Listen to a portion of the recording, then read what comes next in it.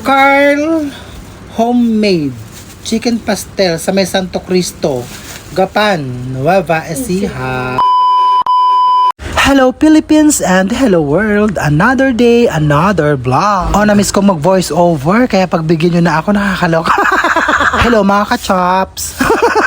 Mga kadiputa, charot. Diba? Fresh na fresh. Galing pa sa sakit yan.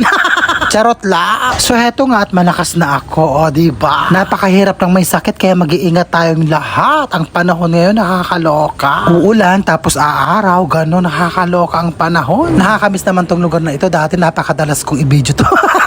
Napakadalas ko magpunta sa napakahabang sabana na ito, nakakaloka.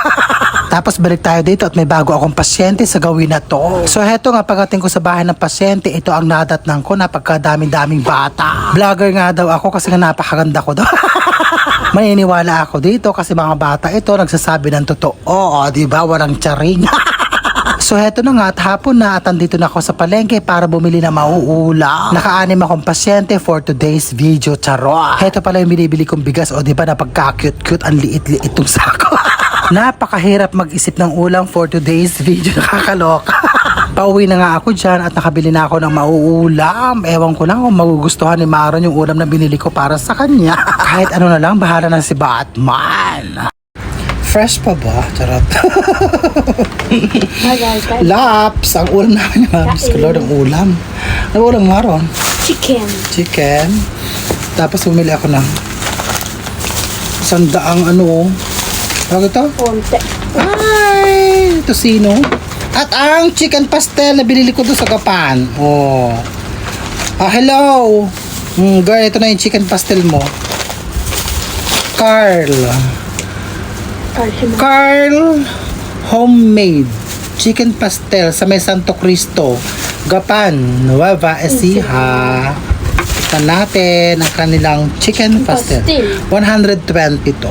Nakakita na ba ka ng chicken pastel ganito? Hinimay-himay na manok. Ayun o. Strands. Okay, tikman namin ni Maron kung masarap. Ayan o. Siguro nakikita nyo na to kasi marami sa Gapan neto. Tikman.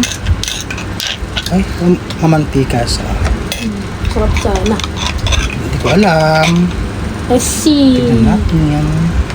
Dito lang ako lagay.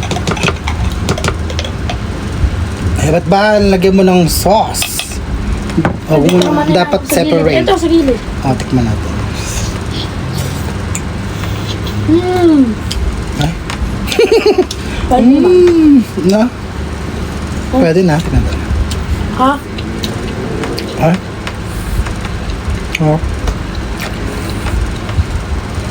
Ang sarap. Para sa atsara na hindi maasma. Ang sarap. Para sa Spanish sardines. Pero manok. Manok. Pero hindi siya gano'n, hindi siya lasang kasi Spanish sardines may lasa di ba? Yung bilog-bilog ng kulay green, ayoko nun.